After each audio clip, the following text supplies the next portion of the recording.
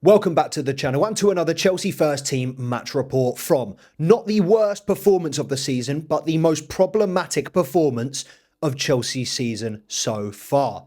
We are going to talk everything that is wrong with this club in 20 minutes or less.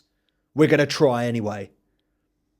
Because I can no longer hold my tongue. I can no longer bite my lip. And it is not my place to be mollycoddling professionals, to be shying away from calling people out when they deserve to be called out. And this Chelsea ownership, this entire Chelsea hierarchy, for the longest, I've made my stance on this football club clear, or on these owners clear. I love Chelsea Football Club. I follow Chelsea Football Club. I will support Chelsea Football Club until the day I die. These owners, Clearlake and Co, are not Chelsea Football Club. Egbhali is not Chelsea Football Club. We are rapidly becoming Brighton Football Club. And I want nothing to do with Brighton Football Club. I want my Chelsea back. I want my club back. Everything about last night was an embarrassment. We normally, try and break down key moments, standout performers. I think the only player who I can give, there's a couple of players I can give credit to. I think Moises Caicedo did okay. The amount that the forwards were losing the ball was an abomination, was an absolute disgrace. And the fact that Moises Caicedo kept having to win the ball back, kept having to turn over possession again and again and again and feed these wingers that couldn't beat the fucking daily crossword, let alone their opposite number. Honestly, undoubtedly the most frustrating of games to watch. I think while I've just, singled out the attackers as being poor, I think Liam Delap looked better than he has done. I think looked solid off the bench at City. Did all right. Finally got his first Premier League goal yesterday. But Chelsea's number 9 woes continue because João Pedro comes on with Chelsea looking for an injection of excitement, of pace, of ability. And he looks like he's just come off the back of playing 180 minutes for someone else. He looks like he's just run a 10K. I don't understand how, I honestly, I don't get it. How Egbhali is not getting minutes last night. How Pedro Neto, a player that I am very, very, very big fan of, how he continues to get starts over Egbhali is blowing my fucking mind. Genuinely, and I've seen something, it's paper talk. No idea how true it is. No idea how much truth there is to this story. But apparently, Chelsea owners are looking to sell Pedro Neto in the summer of 2026. And the reason that they refuse to drop him is because they don't want his value to drop. So regardless of the performances he's putting out, he will continue to play. I've seen some contrasting reports coming out today suggesting that the owners did take note of the Chelsea fans, their chants last night, and potentially will change things, potentially will, see that their priority can't always be the money. Look, it's about time, I think we all made our feelings known. And it's not that we've been gatekeeping this. I think a lot of us, myself included, have been very vocal about being anti-Clearlake for a long, long time. I think I've just been a little bit more realistic. Look, I'm a sceptical guy, but I think I've just accepted it for what it is.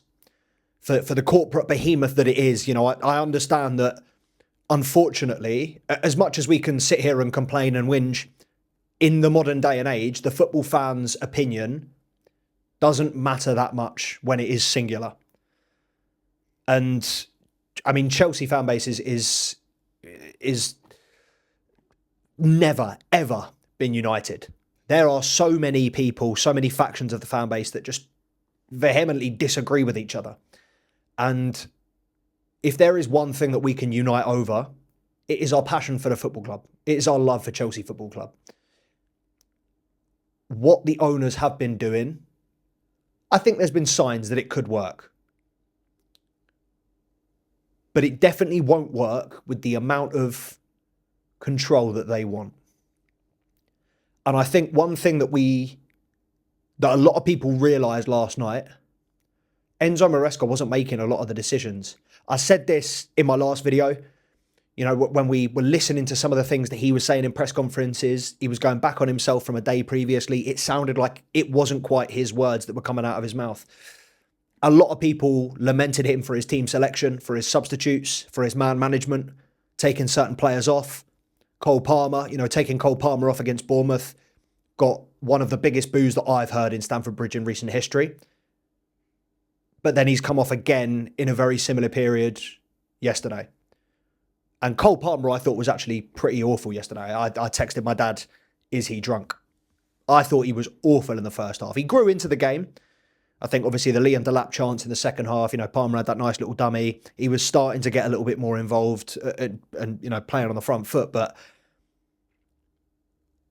I'm not sure what's going on with him. And I am getting to the point where I'm extremely worried that, this groin issue is going to be terminal and it is going to be just a consistent decline.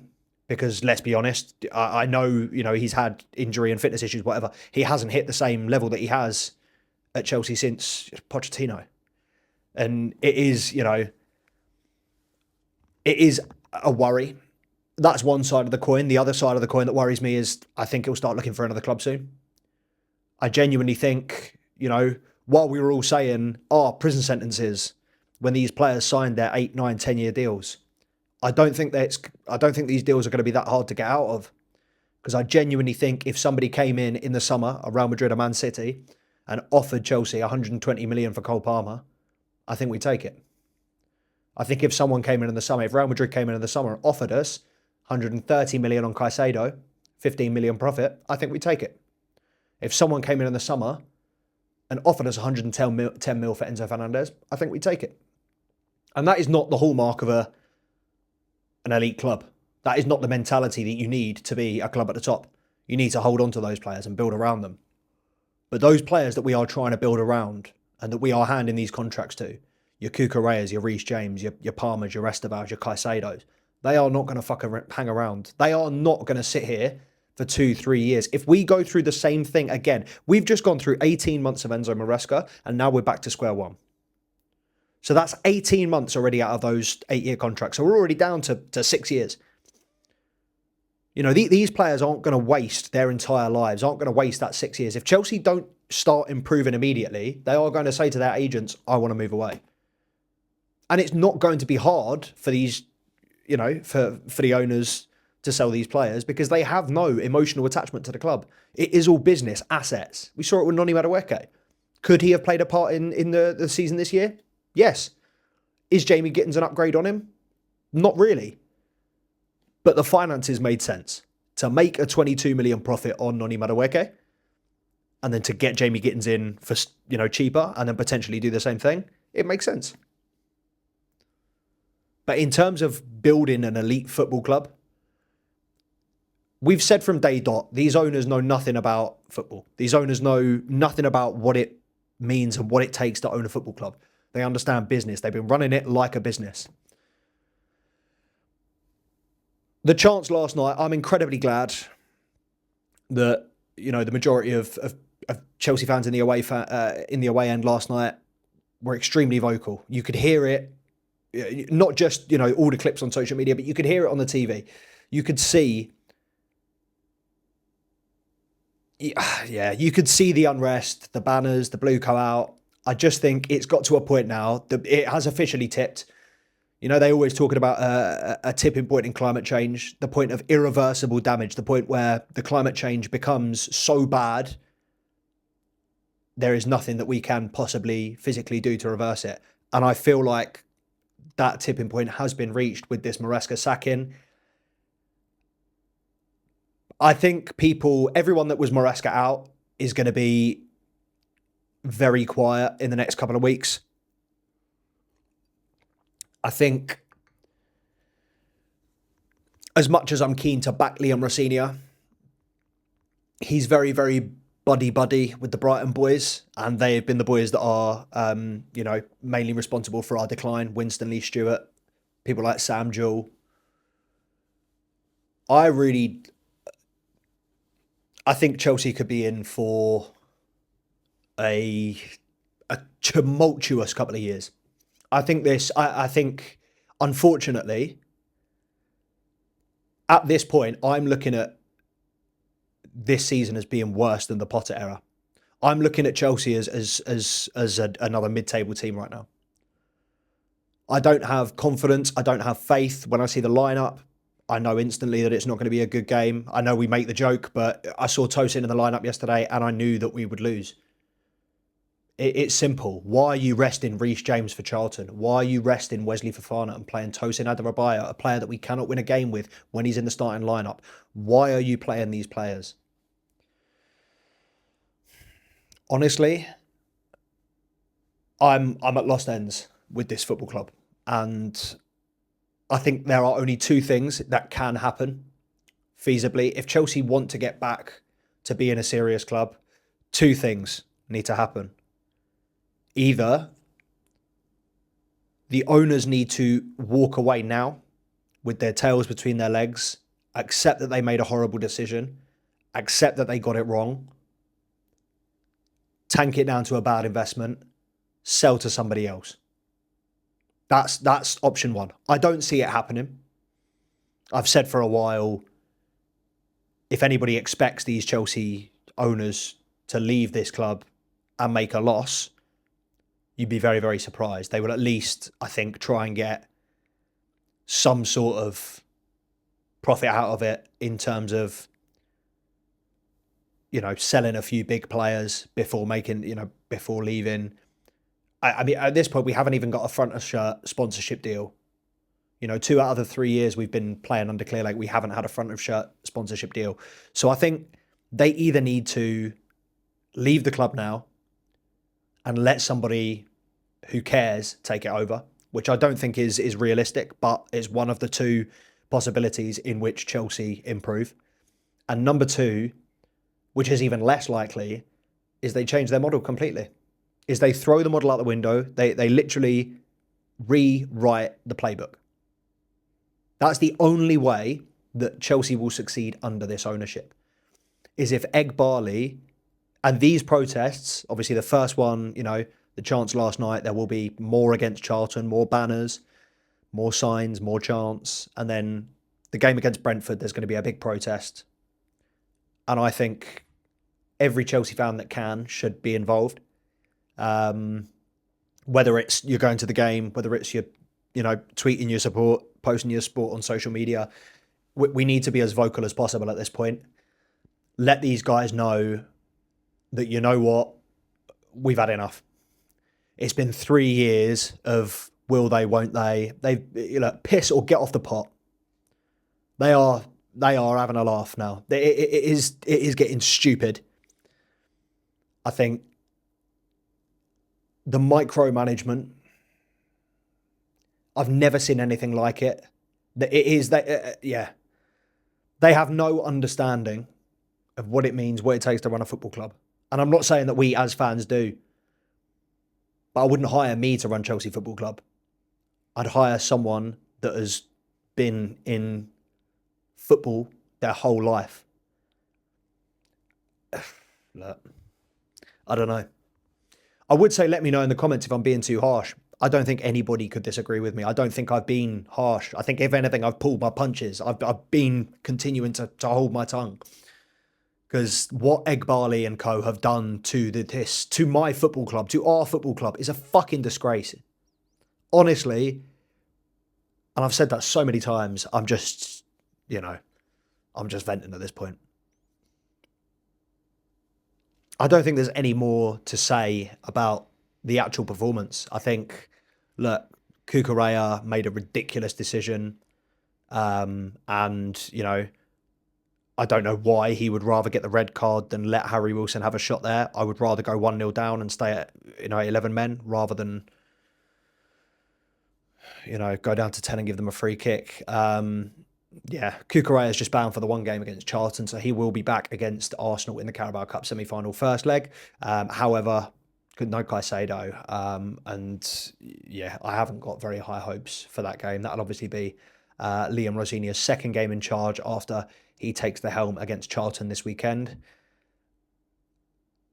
I think we're going to have to see, for me to to change my tune and for me to, I mean, look, I'm fully backing the manager, of course. As I said about every single Chelsea player, as I said about Alejandro Garnacho, I will back even if I don't want them, as soon as they become an employee of Chelsea Football Club, I will back them until they give me a reason not to. And Liam Rosenior, he hasn't even managed a game yet, so I don't think you can argue he's given anybody a reason not to back him. So, of course, as Chelsea fans, we are going to support the team, the players, the manager.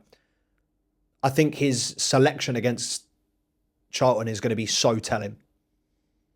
If he brings in a couple of the youngsters, if he changes it up a bit, I think maybe we can suggest. I mean, you know what? It's going to take a few games because you can't. You would expect Chelsea to heavily rotate against Charlton anyway. You know what? Let's give him those first 3 games: Charlton, Arsenal, Brentford, and let's just kind of. I'm saying let's. This is for me mentally. I'm just going to kind of reassess then. Does he have an opportunity? Does he have enough autonomy in this system? Do they trust his decision-making and his ability to pick the team, etc.? Or is it still very much a puppet situation? And I think I'm strongly in the camp of he is a mouthpiece, he is a puppet, nothing's going to change. Look, I'd like to think they have enough faith in Rosenior, having hired him, given him a 6-year contract, which, again, ridiculous, unheard of. The noise is not going to go away from the Chelsea fan base. We're not going to stop making noise. The match-going fans, I'll contribute as and when I go. I'll contribute on social media as well. I think we need to be as vocal in as egregious as possible at this point. I think we need to hammer our point home because it's been falling on deaf ears for 3 years, and that's maybe why I feel like I'm a little bit defeated. Just to accept that this is our situation is unacceptable, and I refuse to do it any longer. Because while it is a slim, a very, very slight possibility that one of those 2 things happens, that Chelsea Football Club can be returned to its former glory, while it's a very, very slim possibility, it is still a distinct possibility. Anything can happen. And when money talks, if some serious Chelsea fan can come up with 5 billion and says, I've had enough, give me the club. Look, who knows, man? I can't predict the future. Anyway, let me know what you thought of the game. Let me know who your man of the match was, if you can pick one. Oh, also, quick note on Enzo Fernandez. Oh, look at me, I'm Enzo Fernandez. I tried to score from 4 corners in a row. What were you doing? Hit the bar on the first one, so you try to score from the next 4 corners. Brain dead individual. Anyway, make sure to like and subscribe to the channel if you're not already for the latest and greatest Chelsea news. There will not be an under-21 match report from the Benfica game. I did go to Kingsmeadow last night and I was turned away at the door at 6:45. Kickoff was 7 o'clock. They turned us away at 6:45 because of a failed floodlight. So Chelsea Football Club, fuck you. Under-21s got absolutely clotted after as well, lost 6-2. Some more news from Chelsea. Callum McFarlane apparently did a good enough job in his 2 games in charge, of which he drew 1 and lost 1. And also the under-21s have been very poor in the league this year, in terms of their form, should I say, and results. Callum McFarlane's been promoted to Liam Rosenior's team or coaching staff. And I can't remember the name. Harry Hudson, I think, the name of the guy that's been hired to replace him as under-21. Shame that we didn't see Hassan, the under-18 coach, promoted as well. Callum McFarlane, obviously very good friends with Joe Shields and the whole kind of City conglomerate that is now rife within our club. So look, I appreciate everything that Callum McFarlane did for the club in stepping in his 2-game interim role. I wouldn't have looked at those 2 games and said, yeah, he deserves a promotion. So I think, again, hasty decision-making, poor decision-making from the higher-ups, whoever decided it. He's been at the club 6 months managing the under-21s. I don't think I think, sorry, I think the fact that we've promoted him after just 6 months and then 2 games as interim coach, I think that speaks volumes about the lack of understanding that the owners have about Chelsea. Anyway, I'm nattering on. I'm repeating myself now. If you want any, all the latest Chelsea content, make sure to follow us. Like I said, Academy, First Team, Loan Watch. We're going to be bringing you Loan Watch next week. Obviously, December edition, focusing on Leo Castledine. Again, we're going to get someone on from Huddersfield Fan TV to speak about Leo Castledine in a little bit more detail. So make sure to subscribe for all the latest and greatest Chelsea news. Follow at Two Blues Podcast on the Instagram. And until next time, as always, up the Chelsea.